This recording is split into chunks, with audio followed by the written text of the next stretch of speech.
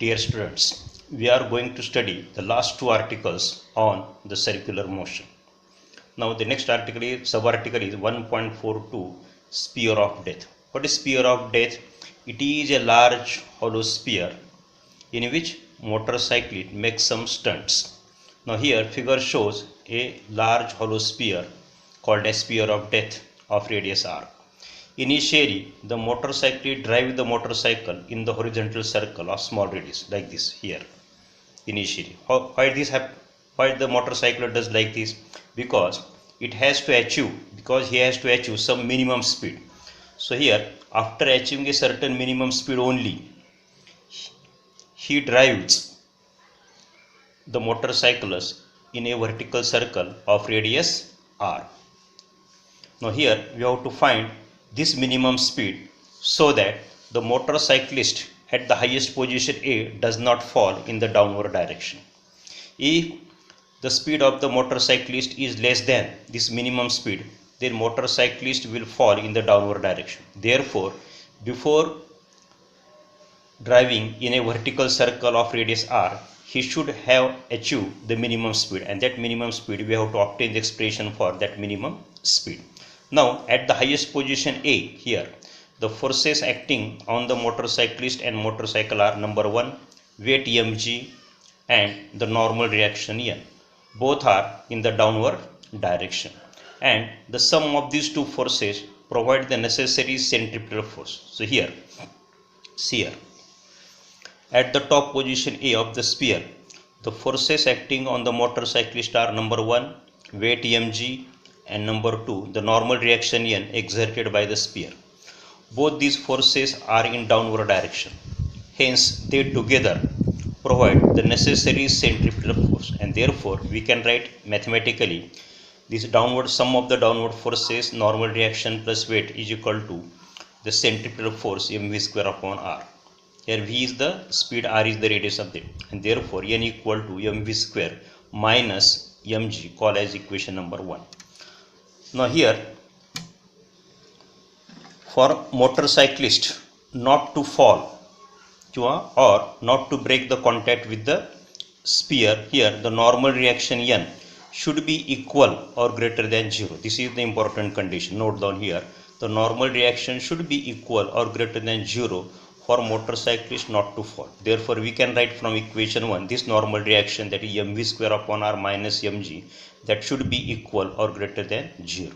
Now taking this minus mg on the right hand side, we get mv square upon r is equal or greater than mg. Now cancelling m, mass m on both the side, we get v square is equal or greater than rg. Here r is taken on the right hand side, and therefore the minimum value is equal to square root of rg.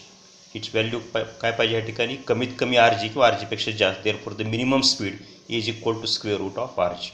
So when the motorcyclist is driving his motorcyclist with this minimum speed, then he will not fall. If the velocity is less than this, then he will fall in the downward direction. So this is the expression for the minimum speed.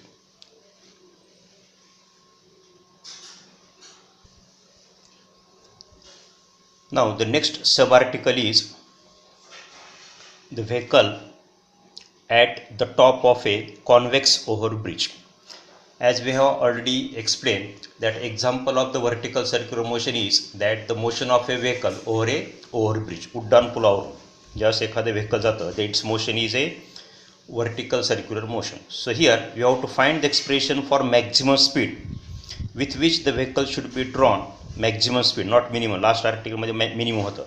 So this maximum speed, so that the vehicle does not lose the contact with the road. त्यावेळेस vehicle काय होतं, असं jump घेत नाही.